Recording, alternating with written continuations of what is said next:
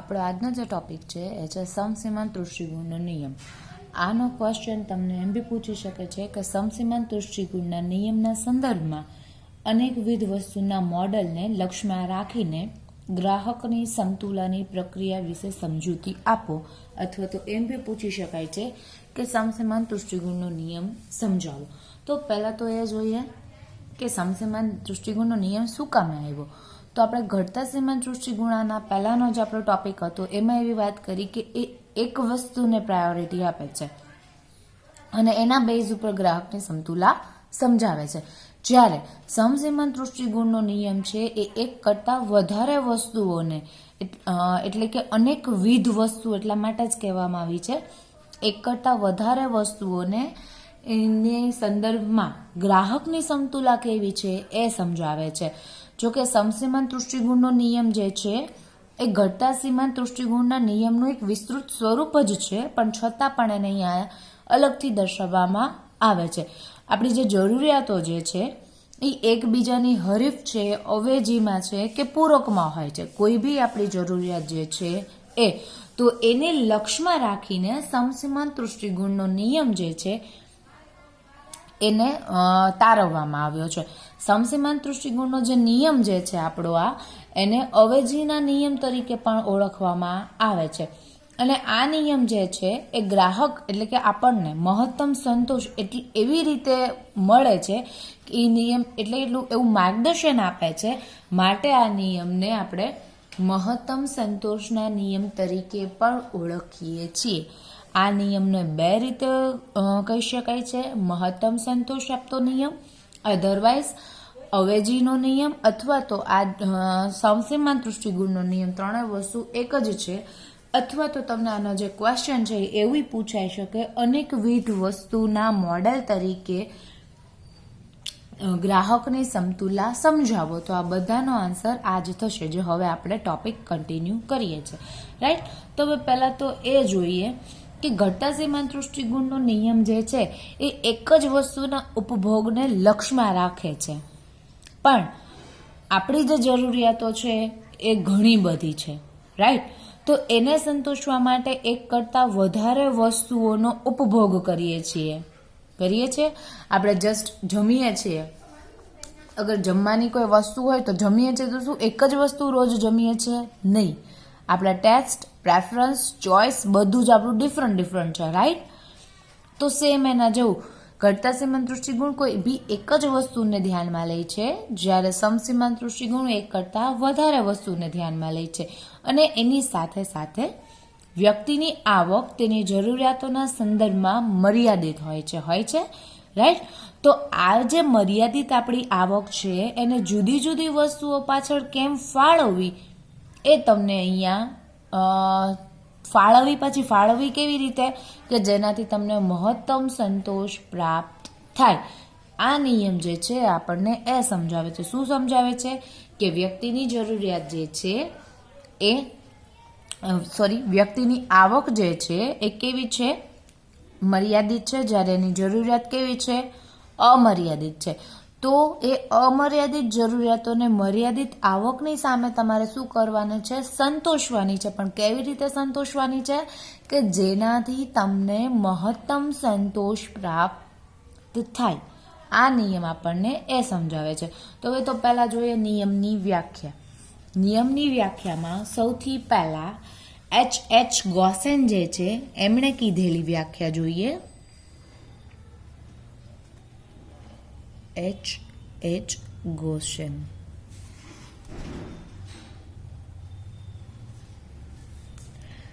એમણે એવું કીધું છે, જ્યારે ખરીદવામાં આવતી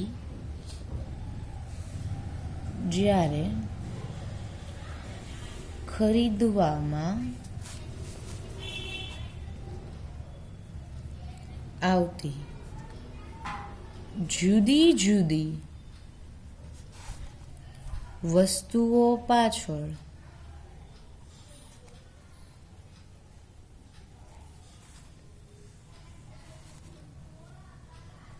ખર્ચવામાં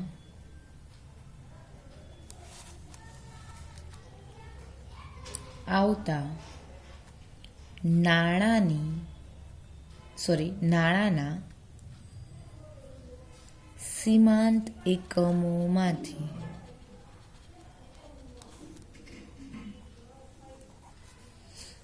એક સરખો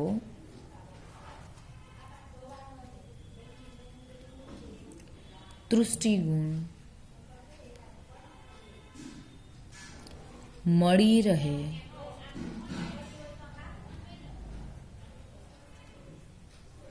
ત્યારે મહત્તમ સંતોષ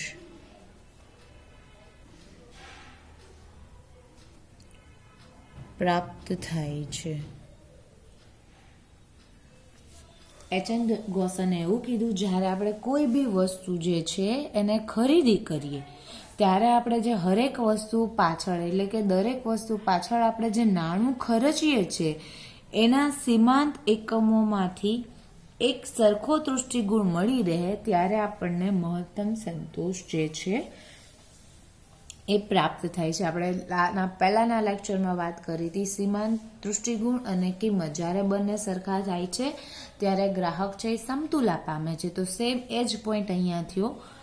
જ્યારે નાણાં જે તમે ખર્ચો છો એનો તૃષ્ટિગુણ અને તમને જે વપરાશ કરો છો એનો તૃષ્ટિગુણ બંને સરખો થાય ત્યારે શું કરવામાં આવે છે, ત્યારે શું પ્રાપ્ત થાય છે, મહત્તમ સંતોષ પ્રાપ્ત થાય છે. આલ્ફ્રેડ માર્શલની સેકન્ડ વન ડેફિનેશન છે એ જોઈએ.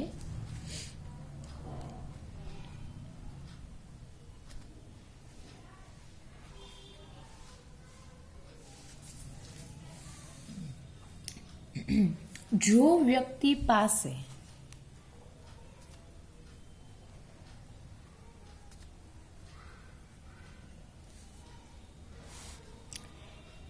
એવી વસ્તુ હોય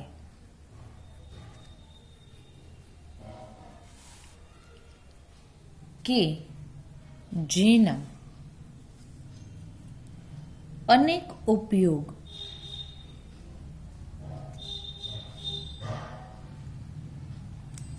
થઈ શકતા હોય તો એ વસ્તુના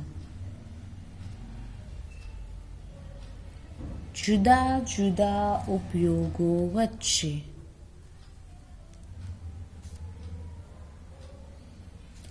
એવી રીતે ફાળવણી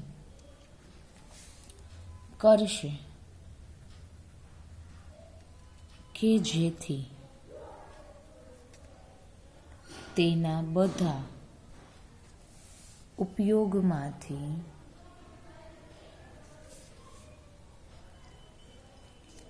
મળતો સીમાંત તૃષ્ટિગુણ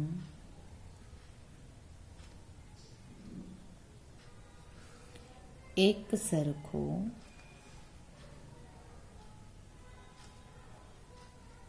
થઈ રહે. આલ્ફ્રેડ માર્શલે એવું કીધું કે જ્યારે બી જો કોઈ વ્યક્તિ પાસે એવી વસ્તુ હોય કે જેના અનેક ઉપયોગ થઈ શકતા હોય. છે તમારી પાસે વસ્તુ એવી? હા છે જ, નથી એવું નથી, રાઈટ? પણ તમને ખ્યાલ નથી આ વસ્તુ એ છે. જેના અનેક ઉપયોગ થઈ શકતા હોય તો એ વસ્તુના જુદા જુદા ઉપયોગો વચ્ચે એવી રીતે ફાળવણી કરશે કે જેથી તેને બધા ઉપયોગમાંથી મળતો સીમાંત તૃષ્ટિગુણ કેવો રહેશે? એક સરખો થઈ રહે. જે કંઈ વસ્તુનો ઉપયોગ કરે છે એમાં બધામાં એને મળતો જે સંતોષ છે એ એક સરખો રહેશે. ફોર એક્ઝામ્પલ વાત કરીએ. આપણા મોટાભાગના સ્ટુડન્ટ જે છે એમના પાસે જમીન છે, રાઈટ? ખેતીની, ઇટ મીન્સ મોટાભાગના સ્ટુડન્ટ. તો હવે તમને જ ખ્યાલ હશે જમીનમાં તમે કયા પાકનું વાવેતર કરો છો કે જેનાથી તમને વધારેમાં વધારે બેનિફિટ મળે, રાઈટ? હજુ જે તમારી જમીન છે એ જમીનમાં તમે કઈ કઈ વસ્તુ વાવી શકો છો? ઘઉં, બાજરો, કપાસ અત્યારે આપણે એક્ઝામ્પલ માટે આ 3 જ લઈએ, રાઈટ. જો હવે આ ડેફિનેશન આની સાથે કમ્પેરિઝન કરો. જો કોઈ વ્યક્તિ પાસે એવી વસ્તુ હોય કે જેના અનેક ઉપયોગ થઈ શકતા હોય, જમીન જે છે, વાવેતરની જમીન જે છે, એના અનેક ઉપયોગ થઈ શકતા હોય. અહીંયા ઉપયોગમાં મેં જનરલી અત્યારે 3 લીધા છે, ઘઉં, બાજરો અને કપાસ, જેના અનેક ઉપયોગ થઈ શકતા હોય અને એ વસ્તુના જુદા જુદા ઉપયોગની વચ્ચે એવી રીતે ફાળવણી કરશે કે જેથી તેના બધા ઉપયોગમાંથી કેવો મળે સંતોષ, સીમાંત દૃષ્ટિગુણ કેવો રહેશે એક સરખો. ફોર એક્ઝામ્પલ, જમીનમાં પહેલી વખત તમે બાજરો વાવો, બીજી વખત તમે ઘઉં વાવો અને ઘણી વખત એવું બને છે એક સાથે 2 પાક વચ્ચે વચ્ચે કરીને લેવાતા હોય. અમુક કોઈ નાના નાના એવા કોઈ રોકડિયા પાક હોય એની વાત કરું છું. આઈ થિંક રોકડિયા જ, રાઈટ. સોરી, તો જો ના તો કોઈ એવા એક સાથે 2 પાક લેવાતા હોય તો હવે ઘઉં છે, બાજરો છે, કપાસ છે, એ બધામાંથી તમને શું છે, એક પછી એક એમાંથી તમને શું મળે છે, સીમાંત દૃષ્ટિગુણ તમને તો એઝ ઇટ ઇઝ મળતો જ રહે છે. જમીનની ફાળવણી એવી રીતે કરો છો, પહેલી વખત ઘઉં કર્યા, બીજી વખત શું કરો છો, બાજરો કરો છો. અથવા એવું કહેવામાં આવે છે કે જમીનને હર વર્ષે એકનો એક પાક ના લેવાય, થોડોક પાકમાં ફેરફાર કરવો પડે. તો સેમ એના જેવું થયું. તો આ બધા જ માંથી તમને જે દૃષ્ટિગુણ છે કેવો મળતો રહે છે, એક સરખો મળતો રહે છે. સીમાંત દૃષ્ટિગુણ જે છે એ એક સરખો મળતો રહે છે.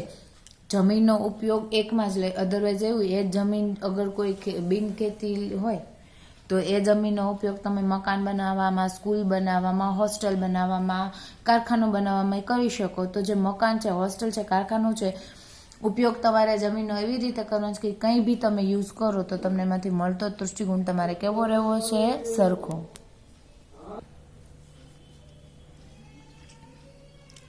ગ્રાહકને પોતાની મર્યાદિત આવકમાંથી એક કરતાં વધુ વસ્તુઓ ખરીદવાની હોય ત્યારે તે પોતાની મર્યાદિત આવકની જુદી જુદી વસ્તુઓ પાછળ એવી રીતે ફાળવણી કરશે કે જેથી એને હરેક છેલ્લા એકમમાંથી મળતો સીમાંત દૃષ્ટિગુણ એક સરખો થાય. હવે આ નિયમ માટેની જે ધારણા છે એ ધારણા જોઈએ. આપણને ખબર છે આપણે કોઈ બી નિયમ કરીએ છીએ એની જુદી જુદી ધારણાઓ રહેલી છે. તો ધારણા નંબર 1 જે છે એઝ ઇટ ઇઝ બધામાં ધારણા જે છે આપણે પહેલાં વાત થઈ હતી કોમન છે કે ગ્રાહક છે એ બુદ્ધિપૂર્વક વર્તે છે. એટલા માટે હું શોર્ટમાં લખું છું, ગ્રાહક છે એ બુદ્ધિપૂર્વક વર્તે છે. શું કામે? કારણ કે એને મહત્તમ સંતોષ મેળવવાનો હેતુ છે માટે. ગ્રાહક એક કરતા, હવે અહીંયા જો આપણે સમસીમાંત જોઈએ છે માટે અહીંયા કોઈ બી એક જ વસ્તુ નથી, એક કરતાં વધારે વસ્તુ લેવાની છે માટે એ એક કરતાં વધારે વસ્તુની ખરીદી કરે છે.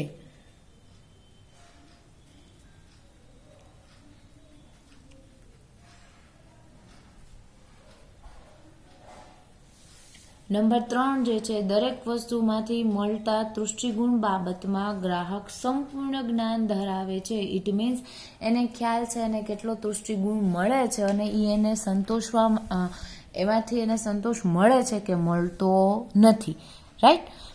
નેક્સ્ટ નંબર 3માં ગ્રાહક સંપૂર્ણ જ્ઞાન ધરાવે છે. શેનું સંપૂર્ણ જ્ઞાન ધરાવે છે? કે એને હરેક જે વસ્તુ જે છે એમાંથી મળતો દૃષ્ટિગુણ એક સરખો છે કે કેટલો છે, વધારે છે કે ઓછો છે, એ બાબતનું એને સંપૂર્ણ જ્ઞાન છે. નંબર 4, ગ્રાહકની વસ્તુઓની પસંદગીનું ધોરણ આપેલ છે.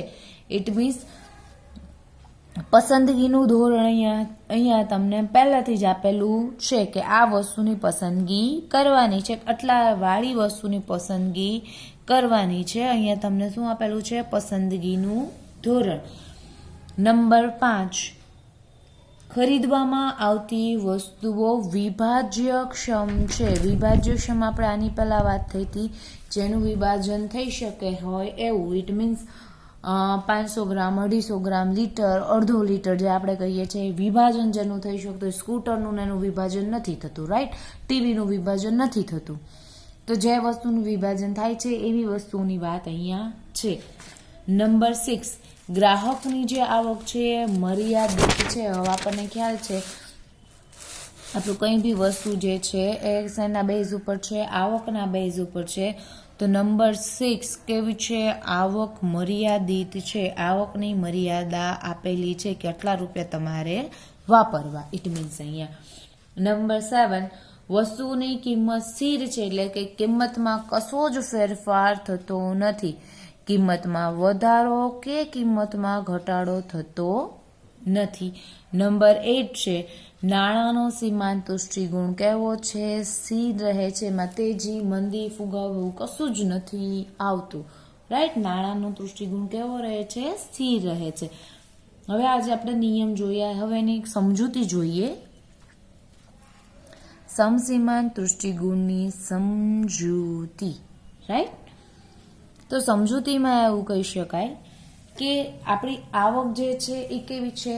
મર્યાદિત છે. અને આપણે શું કરવાનું છે? એક કરતાં વધારે વસ્તુઓ ખરીદવાની છે.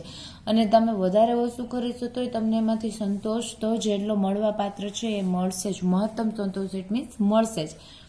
રાઈટ? અને આપણે વસ્તુની કિંમત કેવી છે? સ્થિર છે. આવી બધી આપણે ધારણાઓ કરી લીધી.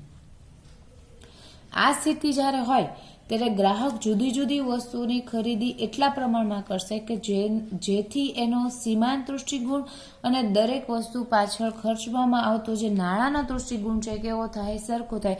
આપણાના પહેલાના લેક્ચરમાં એવી વાત થઈ હતી કે સીમાંત દૃષ્ટિગુણ અને કિંમત બંને સરખા થાય ત્યારે ગ્રાહક સમતુલા પામે. રાઈટ? જ્યારે કઈ કન્ડિશન મેઇન હતી જેમાં તમે વસ્તુની કિંમત ચૂકવો છો, અહીં તમે વસ્તુની કિંમત ચૂકવો છો, તો બસ જ્યાં તમે એ પેલા વિડીયો એમાં આપણે ત્યારે વાત થઈ, ડિસ્કશન થયું, એમાં જેમ તમે સમતુલા પ્રાપ્ત કરો છો સેમ એવું અહીંયા જ છે. અહીંયા પણ તમે સમતુલા ત્યારે પ્રાપ્ત કરશો ક્યારે? કે જ્યારે તમે ને એમાંથી મળતો સીમાંત દૃષ્ટિગુણ અને એની પાછળ ખર્ચવામાં આવતો નાણાંનો દૃષ્ટિગુણ જે છે એ બંને કેવા થાય? સરખા. રાઈટ? તો એના માટે જોઈએ કઈ રીતના એને ગાણિતિક લેંગ્વેજમાં લખાય છે. ફોર એક્ઝામ્પલ આપણે જે છે વસ્તુ એ વસ્તુનો સીમાંત દૃષ્ટિગુણ અને છેદમાં એની કિંમત.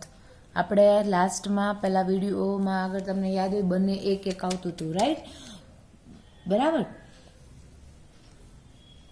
એ વસ્તુનો સીમાંત દૃષ્ટિગુણના છેદમાં કિંમત ના ગુણોત્તર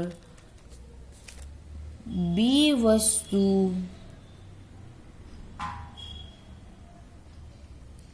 કરતા વધુ હોય તો જ્યાં સુધી બંને સરખા ન થાય ત્યાં સુધી ગ્રાહક જે છે એ બીની ખરીદી ઘટાડીને એની ખરીદીમાં વધારો કરશે. પહેલા હું લખી લઉં. જુઓ,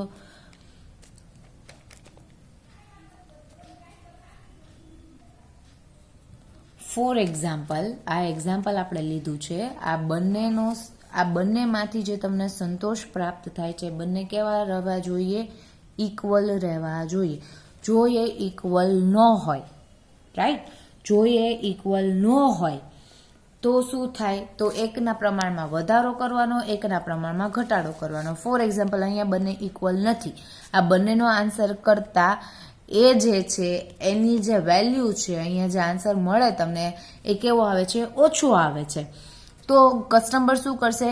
બીની ખરીદી જે છે, બીની ખરીદી એમાં ઘટાડો કરશે અને એની જે ખરીદી છે એની ખરીદીમાં શું કરશે? વધારો કરશે. આ વધારો ક્યાં સુધી કરશે? કે જ્યાં સુધી અહીંયા આ જે લેસ ધેન છે એના બદલે ઇક્વલ ટુ ના થઈ જાય. બંનેમાંથી મળતો સંતોષ છે એક સરખો ના થાય ત્યાં સુધી ગ્રાહક જે છે એ બીની ખરીદી ઘટાડશે અને એની ખરીદીમાં શું કરશે? વધારશે. ક્લિયર? સમજાય છે? ક્યાં સુધી કરશે? કે જ્યાં સુધી બંનેનો ગુણોત્તર જે છે એ સરખો ન થાય ત્યાં સુધી. તો માટે આપણી અહીંયા સમતુલાની શરત કેવી આવશે? તો કે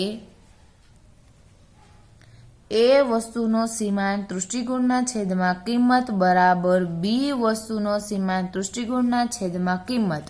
અહીંયા બંને ઇક્વલ ટુ એ આપણું શું છે? આ ફોર્મ્યુલા છે. અહીંયા જ્યારે આવું થાય ત્યારે આપણી શરત શું થાય? સંતોષાઈ જાય, આપણી જરૂરિયાત સંતોષાઈ જાય અને આપણી શરત અહીંયા પરિપૂર્ણ થશે. રાઈટ? તો હવે આગળ જોઈએ